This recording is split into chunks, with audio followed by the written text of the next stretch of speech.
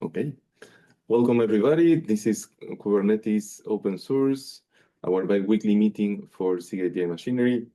Today is October 1st. We are entering the last quarter of this year, and we have a number of topics in the meeting, so I want to give time for discussion. Let's get started. So the first one is with our friend Radostin. Yes. Hello, everyone. So today I just want to present our working group. So we are, this is a proposal for a new working group, and we have a few stakeholders, different SIGs that we want to essentially discuss our work with. And I have a few slides that would it be possible to share my screen to essentially just go through some of the use cases we have? Yes, give me 1 second. I think I need to make you co-host.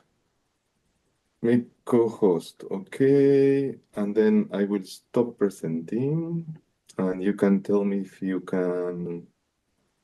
Yep. Can you see my screen? We can, yes. Okay, cool. So essentially we are currently in the process of setting up a new working group. We initially discussed this at SIG Node because this is kind of the main SIG that we have been working with. And the main, I guess the main reason we're doing that is because we're introducing a new feature in Kubernetes called checkpointing. So this is essentially transparent checkpointing performed in user space. So this is different, for example, from the functionality that PyTorch provides or other application level checkpointing. So this essentially this feature is based on a project called CREO, Checkpoint Restore in User Space, and essentially allows you to create a snapshot of a container. This snapshot essentially contains all the state of all processes running in a container. So open file descriptors, network sockets, pipes, essentially everything that you need to recreate these processes later on. So this is very similar to how you can create a snapshot of a running virtual machine, and then you can use this snapshot to essentially migrate the virtual machine or to restore it at a later point. So this is essentially the same feature, but for containers. And so we have been working on this feature for some time now, and it has been introduced at kubelet level. So we have an API that essentially we can call, and then this API at the kubelet will call the container runtime, for example, container D or CREO, and then the container runtime will call runc or crun, and then this will create. This will call CREO, and CREO will create a snapshot of the container. We also store the file system as essentially a tar file that contains the diff between essentially the files that have been changed in the container, and then essentially we store the name of the container image. And this checkpoint is essentially saved as a tar file, and then this tar file can be used to create a container image. And for example, a tool called builder can be used to essentially do that. And then we add an additional annotation that essentially allows us to recognize that this container image is a checkpoint. And then the container runtime essentially restores the checkpoint rather than starting a new container. So this is just an overview of what is the current functionality and how it works. And one of the main use cases that we have been exploring is, for example, checkpointing long-running applications, such as, for example, machine learning training jobs. So we recently introduced GPU checkpointing functionality, and this has been very popular use case. We have a few other use cases where, for example, we have Java applications that take a long time to start. So we can create a checkpoint after the application has been initialized. And we can essentially use this checkpoint to accelerate the startup time of applications. But essentially, providing fault tolerance and accelerating the startup time of applications are some of the main use cases we have. And there are a few other, for example, preemptive scheduling, where we have tasks with different priorities, and we need to preempt a specific task. So we can create a checkpoint of the task that is being preempted, and then use this checkpoint to essentially restart the task on a different node. We can also perform live migration, where we essentially use the checkpoint restore mechanism to migrate containers or pods from one node to another. And the initial use case we had for essentially this checkpointing functionality is called forensic analysis, or essentially if we have, for example, cyber attack, we can create a checkpoint of the container so that we can essentially analyze what the attacker has been doing, for example, in ephemeral containers. So we save all network connections, memory pages, and we have some examples with, for example, SQL injection. You can see what query has been sent to the container. But essentially, these are some of the use cases we have. And in the initial phase of the working group, we are planning to essentially extend the current checkpointing mechanism, which works on container level, to essentially work on pod level, so that we can create a checkpoint of a pod rather than individual containers. And then essentially we plan to extend the API server with support for checkpoint restore APIs. So the current checkpointing mechanism happens at kubelet level. So you need to, for example, SSH into the node that is running the pod that you want to checkpoint, and then you can use curl, for example, to send HTTP request. So I essentially want to extend this so that we can use, for example, kubectl, and then we can provide a new command in kubectl for checkpointing pods and containers. But one of the challenges is, for example, authentication, because authentication and security, because these checkpoints essentially contain a snapshot of the memory pages of the application. So, for example, if you have any sensitive data that the application has been processing, this will be included in the checkpoint. And if you have multiple users essentially sharing the same cluster nodes, you want to essentially use different authentication for the checkpointing functionality. And then we have other topics, such as, for example, when we migrate a node, and if essentially one of the requirements at the moment is to use the same IP address. So that, for example, when clients send packets to the IP address and this pod has been migrated, they will be sent essentially to the same pod. But this is essentially an overview of the working group that we're trying to set up. And so we're mainly looking for feedback on and any advice you might have on essentially how to move forward with the working group.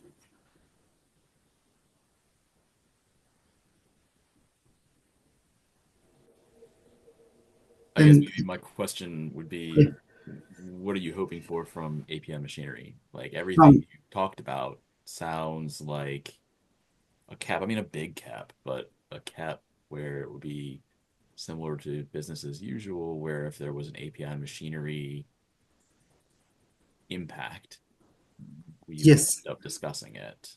So we have one KEP for the I can add a link in the meeting notes later, but we already have one KEP for the essentially extending the API server with new checkpoint API. So sometimes there's confusion about the names of the groups here. So our group is called API Machinery, but if this is just adding another API, particularly one related to, say, the pod lifecycle, the ownership of that API generally lies with SIG node, for instance, rather than this group. So I'd be looking at things like we need new capability for a different kind of endpoint, for instance. Yes. So so our plan is to essentially extend the add additional endpoints for the checkpointing functionality, so that users can essentially checkpoint pods on any node in the cluster. Right. I guess what I'm saying is that there's already mechanisms that exist for things like sub-resources. So if you just want a new endpoint, that's not a new machinery need, versus I need something that isn't in the style of a sub-resource would be an example. Like I need a new kubeAPI server configuration option, would be an example of a thing that would have an API machinery impact versus just using that machinery. Do you know if you have that, or is it just a there maybe is that? To be honest, I have to it to be I'm here mainly to kind of receive feedback like this, for example. But the main reason we are asking for feedback is because we have a SIG API Machinery as a stakeholder for the essentially for the working group, and we would need approval from the SIGs. Yeah, I guess one question might be, do we need API Machinery to be a stakeholder? It feels, I went and read through the working group document last night, and I was struggling to find anything that was very closely API Machinery related at the time. Something may show up later, but at the moment, it feels like it's mostly node and scheduling related, and I'm not sure if we should be a stakeholder. Okay. I think the main reason it was added was because we want to extend essentially the API server with a new endpoint for checkpoint restore. Yeah, That's a common misunderstanding. I guess we would not see ourselves as giving you permission to do that. It would be a case of the owning SIG, probably SIG node, saying this is the shape of the API that we want, and API machinery would generally just sit this one out. Okay. That doesn't mean we don't want you to succeed. It's just I don't think you need our blessing for anything here. Yeah, it makes sense. Thank you. I mean, I will go to the SIG node meeting and discuss with them. And I mean, there are a few other people, Victoria and Adrian, in the working group, and I will also update them as well. Yeah, there is a separate group called API reviewers, which will help review the API that you add. So I think, presuming it's mostly going to be a change to node-owned APIs, you would work mostly with Node and then API reviewers, and then only if you had something that required a change to the actual infrastructure, the actual machinery of supporting APIs, then we'd help you out. Okay, thank you so much. This is very helpful. Thank you. Great. Well, I will close it by saying thank you for coming and presenting. I think it's a super interesting initiative on working group, what we are trying to achieve. And yes, as David and Joe said, if it comes down to something that is required from this SIG, I guess we will be talking soon. Yes, thank you. Appreciate the feedback. Thanks. David, did you want to say something and I cut you off? Oh, I was just going to say very similar. Best of luck. And even if we're not a stakeholder, if you need something from us, just come and let us know. Yeah. Thank you for coming. Very good. Moving on. Joe, do you want to take the next one? Yeah, this is just a quick reminder that deadlines are coming up very quickly. We have next week, a week and 1 day away, we have PRR freeze, and then a week after that we have enhancement freeze, and then I think only 3 weeks after that we're going to have code freeze. So there's a link to the schedule there if anybody wants to check those. That means if you're planning on doing an enhancement in 135, you really need to have it out to PRR reviewers almost immediately, and make sure you have talked to the people that you think should be reviewing any work you have. There's a bunch I have tracked, but if there's anything I'm not aware of, please bring it up immediately. That's it. Thanks. Thank you, Joe. Okay, for the next one, I have Michael with me, and I see Marek, in the shadows of the night. So I don't know. Up to you guys. Yeah, I can go ahead and get started, but yeah, Mark, feel free to chime in, especially you might have more context on it. Yeah, so basically we're thinking about doing some improvements on cache controllers. We just recently merged, I think Jordan probably is the most familiar with it besides me, that we did comparable resource versioning. So that means that clients can now use comparisons between resource versions in order to check whether or not a certain resource is older than another within the same type. Basically, we think that this might be able to be used for controllers in order to be able to see their own writes. So prior to this, you would have a controller reconcile, and then the next reconciliation would happen, and you wouldn't actually be able to see your own writes. We want to provide stronger consistency guarantees on those.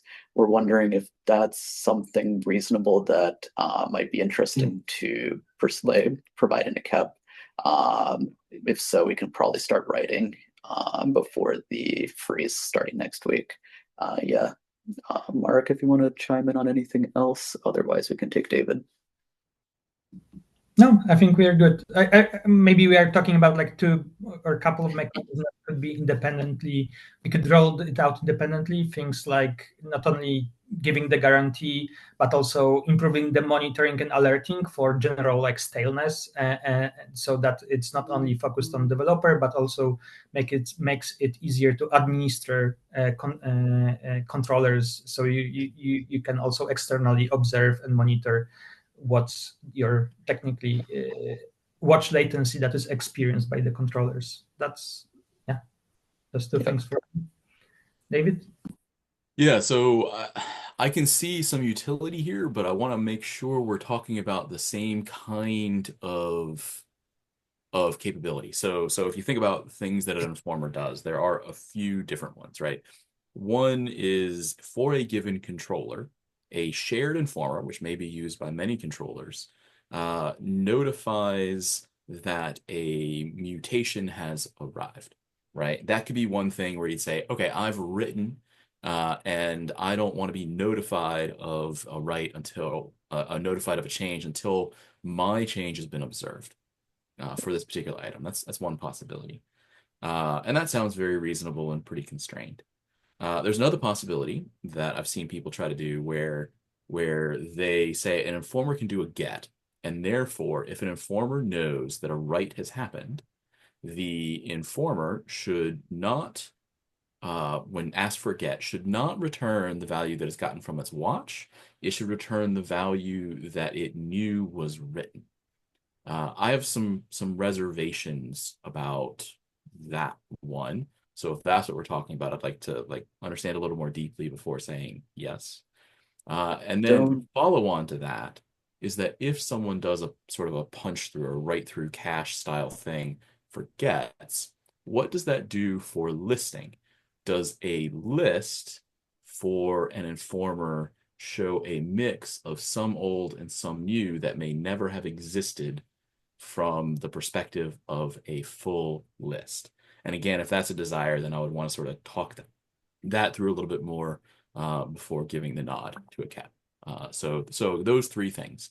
Are we talking about one or multiple or something completely different? I think we're mostly talking about one, Marek, as well. Like, I think we're mostly more like trying to say, like, I would not want to be informed upon like this write happening, like, because I know that it is my controller that's the one that's doing it. And also, if the resource version or something like that that I've like written still doesn't exist in the cache, I don't want to be informed until I know that my write has actually been written to the cache.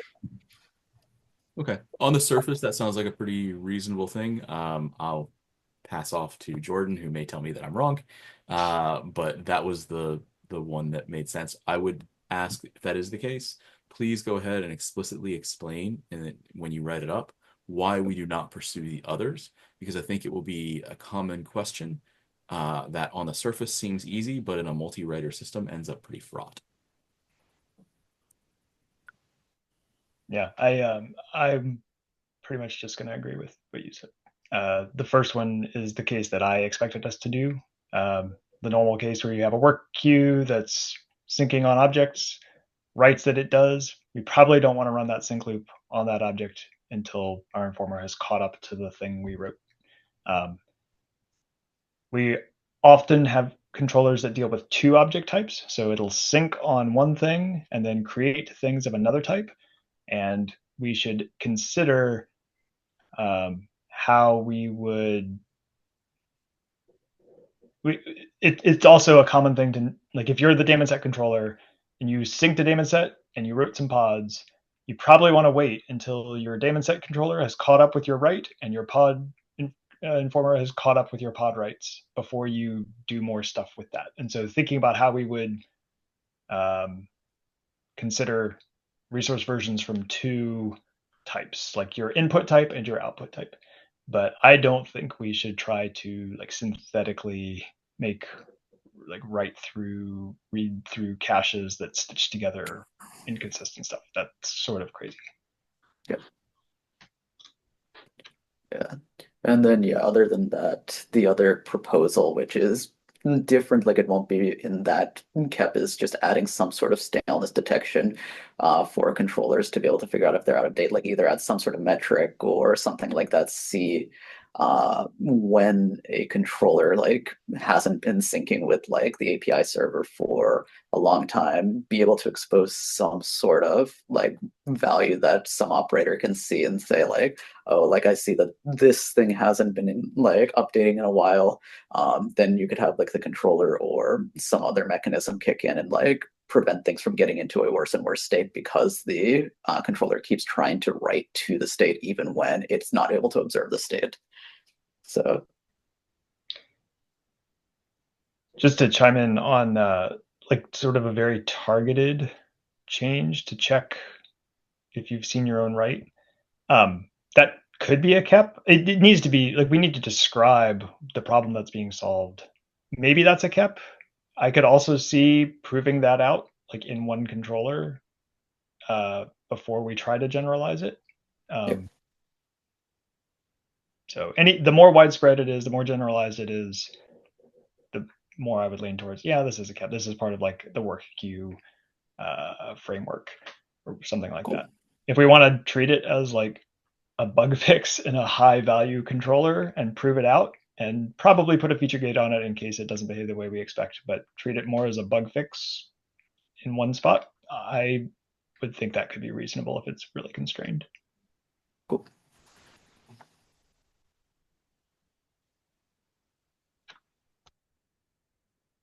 Okay. Did you, Michael, Marek, did you get everything you needed? Yeah, I think so. I think. Okay. I'm transcribing using Zoom here, and I have done this in other meetings. I will fit this into one tool, and then we will get a summary, and people can review if it's accurate. Thank you so much. Let's move to the next one.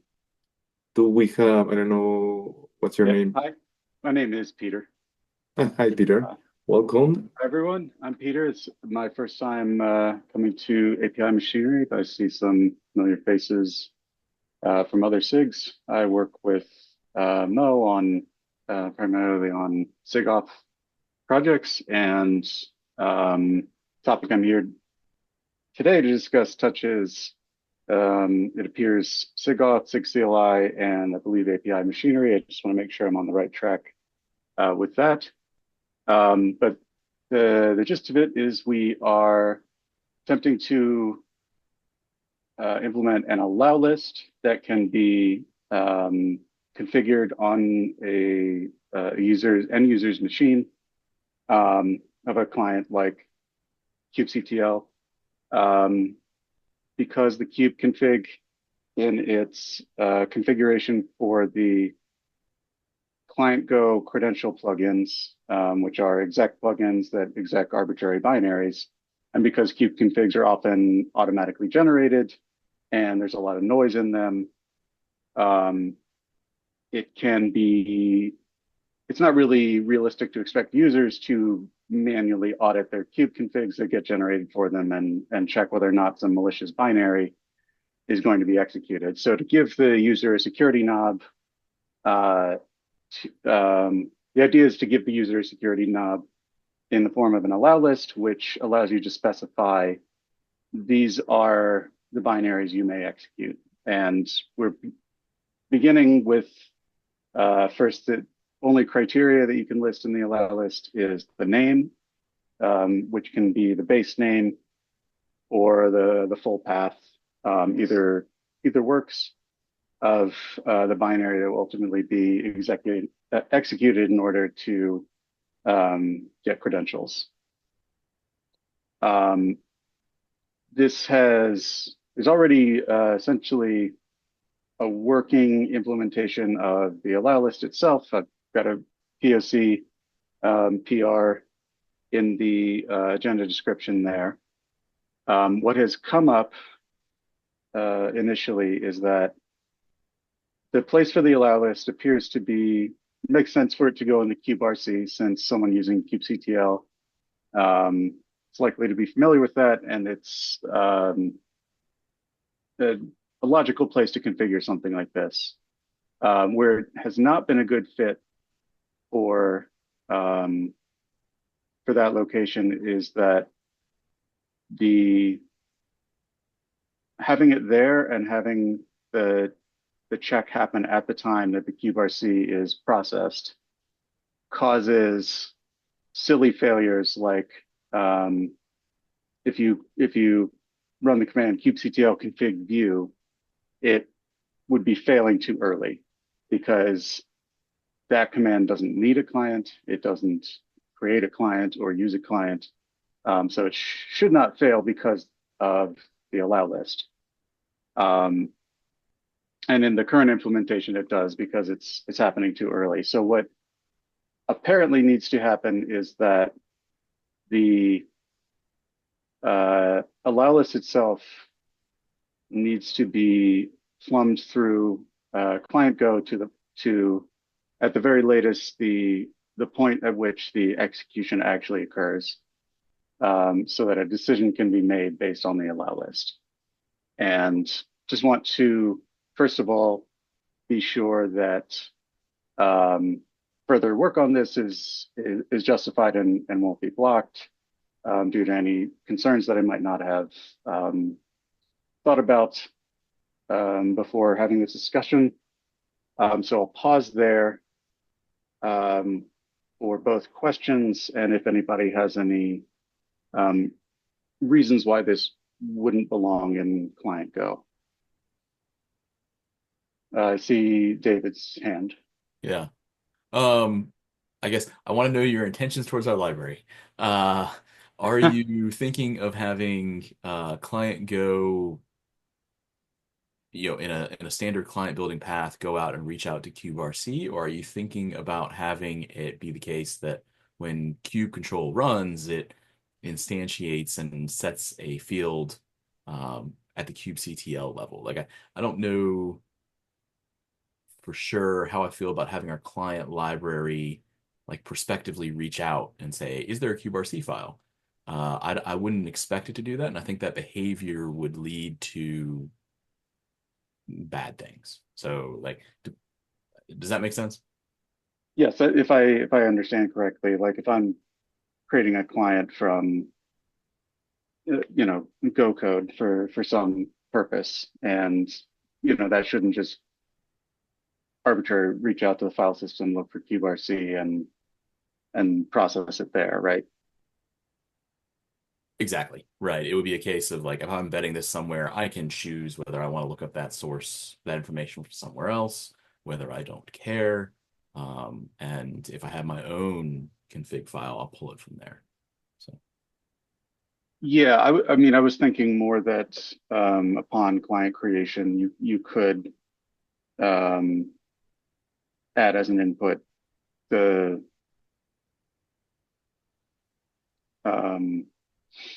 configuration for the allow list in the form of a struct or some other inputs in a client creation. That sounds very reasonable to me then. Okay, and kuberc is just like one way to get the inputs.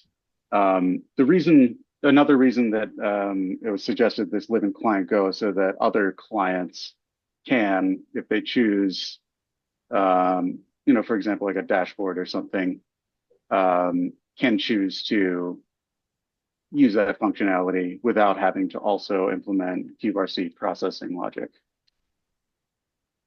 Yeah, I would treat this analogous to like in Go, you can create an HTTP client and you can provide a function that says, when I make a request to a given URL, like give me back the URL I should talk to the proxy at. That's just like a hook in the HTTP client struct when you instantiate it in code. And when you, like maybe the default is, oh, it reads it from some environment variable like HTTP proxy or something. Like there's a default implementation that some invocations use, but you also have programmatic control over what you do. This is sort of the same thing. Like it's a hook to say, what exec plugins are allowed, whether it's a filter or a specific allow list. Like I don't know about the implementation details, but it's a hook, and kubectl populates that hook based on the kuberc that it reads. Other callers could populate it to just forbid all or implement their own constraints as they see fit. Sounds good. Okay, that makes sense to me. Are there any? Oh, sorry, Ben. I was just gonna say, with the continuing the analogy of the like Go standard library one, though, we probably should expose like here's a useful typical implementation that will get it from kuberc, so you don't like re-implement that incorrectly, and you can match the behavior of kubectl if you want. We should probably publish that in one of the libraries somewhere. Yeah, I would expect. I mean, the kubectl repo is a staging repo. I would expect like the ability to load the file to be accessible via a function from that repo, and you could grab this struct out and build the implementation or build the list that you would pass here. That's probably fine to expose. Makes sense. If it's not exposed already. Okay, but I would have that live in the kubectl repo and module. So if you want to use that behavior, you're going to depend on client Go for its thing and kubectl for its kuberc config thing. Okay, so keep that logic completely separate. If that's where it lives today, and I think it is, I would keep it there. I think that makes sense. kuberc belongs to kubectl, sort of. Okay, and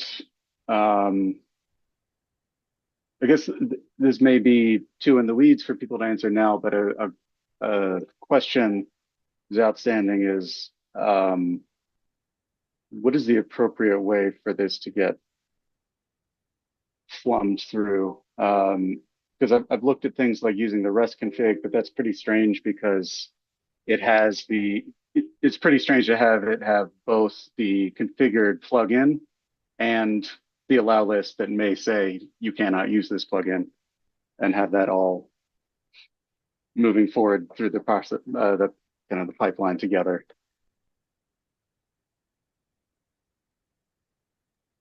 I don't remember the code well enough offhand to precisely tell you. I don't know that it actually bothers me to have both an allow list and a named plugin in the same struct, because we don't want to evaluate it when the struct is created. We want to evaluate it when it's used. And if we treat it less as a, like the only purpose of this is to forbid, and more of a, like, this is before we invoke this exec plugin, we will call this hook.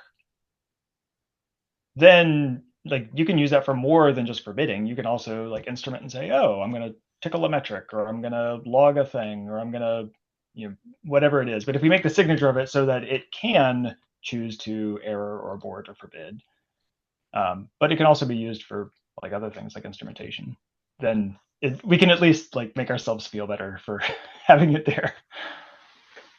Okay, and does API Machinery own the REST config as well? Yeah. Okay.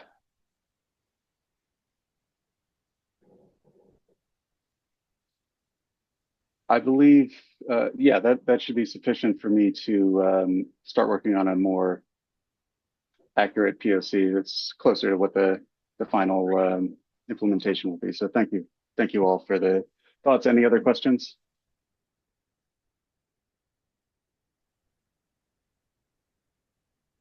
I left a comment on your KEP, but I think we should probably follow up there. I think it's not exactly germane to API machinery, but interesting KEP. Thanks. Thank you.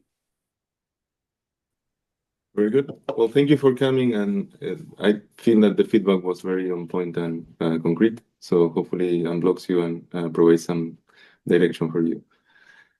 And with that said, let's go to the next one and last one today.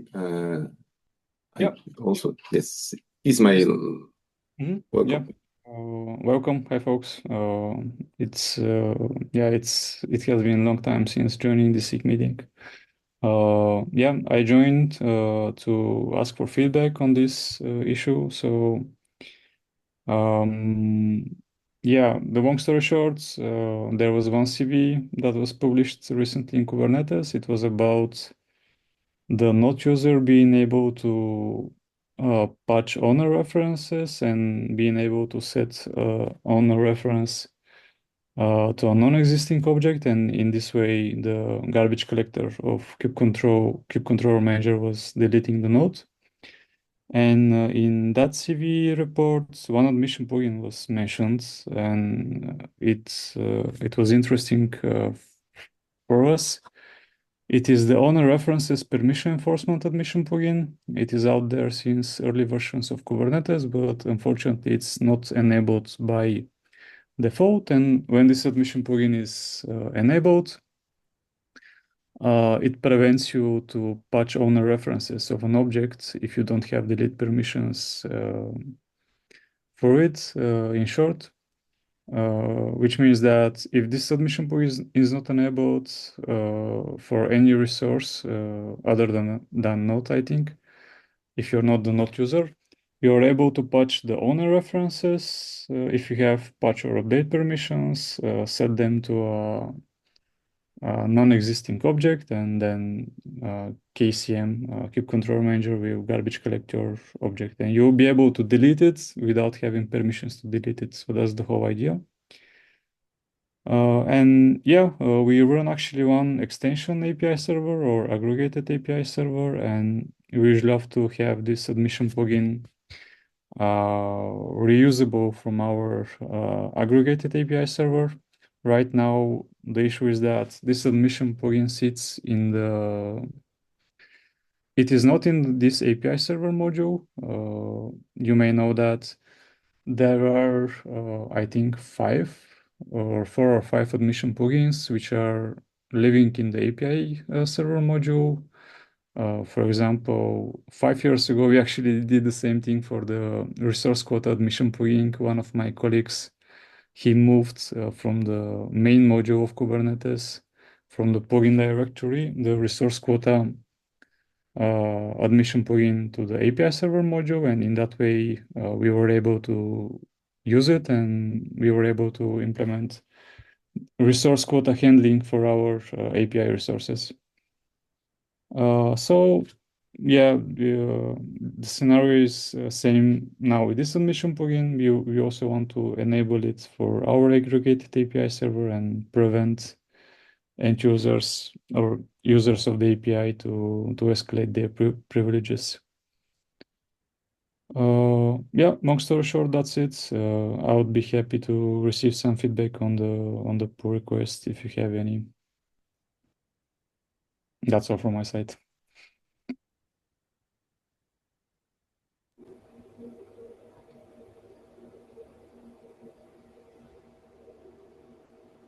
Yeah, so it sounds like we could just kind of continue that discussion on the PR. Thanks for bringing it up.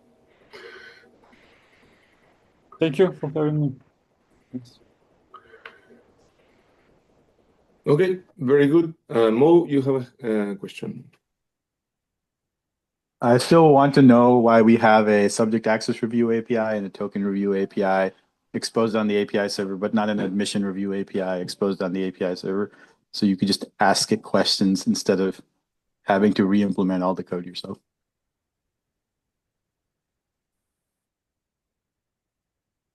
Is this a question to me or general to the audience? It was a question to David and Joe and Jordan.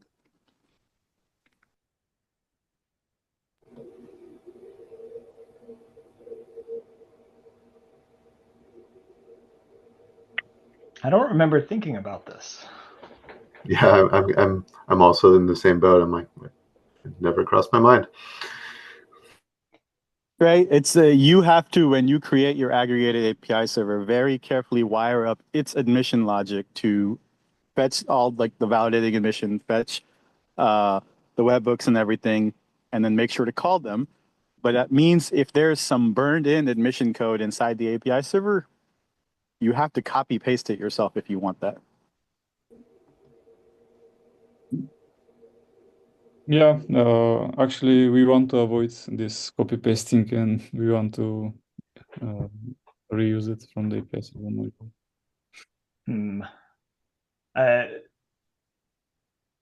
In the case of admission with side effects, which we discourage and mostly don't have, but we have a little bit of it with resource quota, doing an admission review can actually result in rights of objects and like use and reservation of quota. I guess I'm also unsure what happened to types. Like if I sent an external pod in, would that get converted to an internal pod to be valid for the admission chain that is baked in? Because external admission plugins use external types, but baked in admission uses internal types. I mean, implementation complexity aside for a moment, I don't particularly like telling people to do what they do today. Subject access review and token review are stateless and side effect free. Admission is mostly. Jordan, I wrote stuff in OpenShift in authentication that was stateful, so I'm going to say token review need not be that way.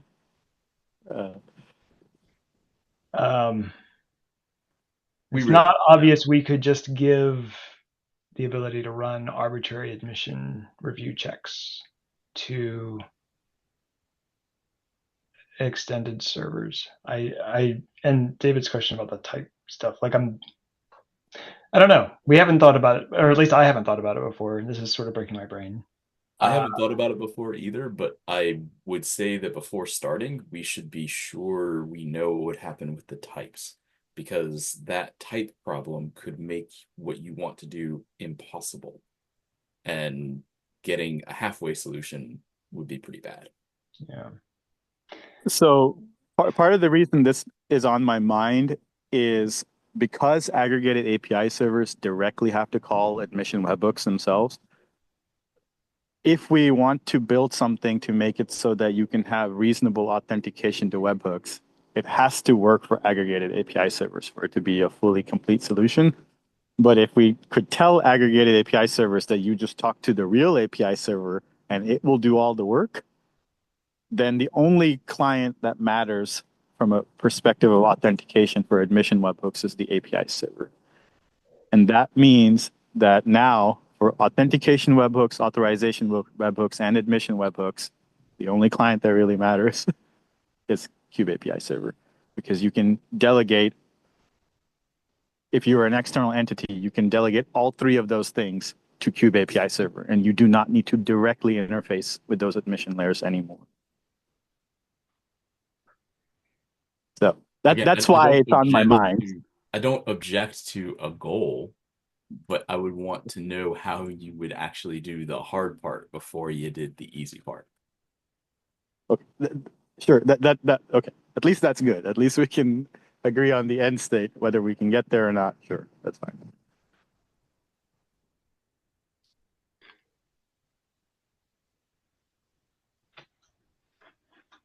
Now, by the way, one final question from my side with colleagues. When we were looking into this admission plugin, we were wondering why it's not enabled by default. Do you maybe recall what was the reason? Is it backward compatibility only?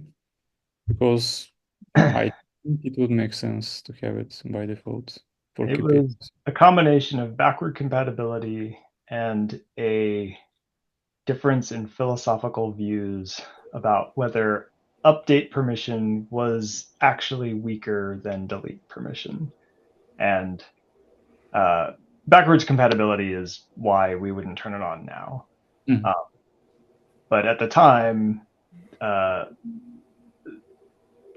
some people had the perspective, if you give someone write permission to an object, Okay. they can probably mess up the object in ways that are actually worse than it being deleted. That may not be true for particular APIs, especially ones that are largely immutable. But yeah, that was sort of the perspective. There was a difference of opinion, and so having an optional way to guard against an update-only client escalating themselves to be able to delete was added. Okay, got it. Thanks.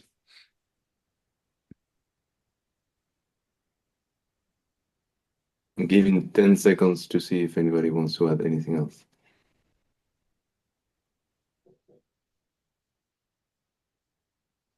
Okay, looks like we exhausted this for today. And that was our last topic, so thank you everybody for coming.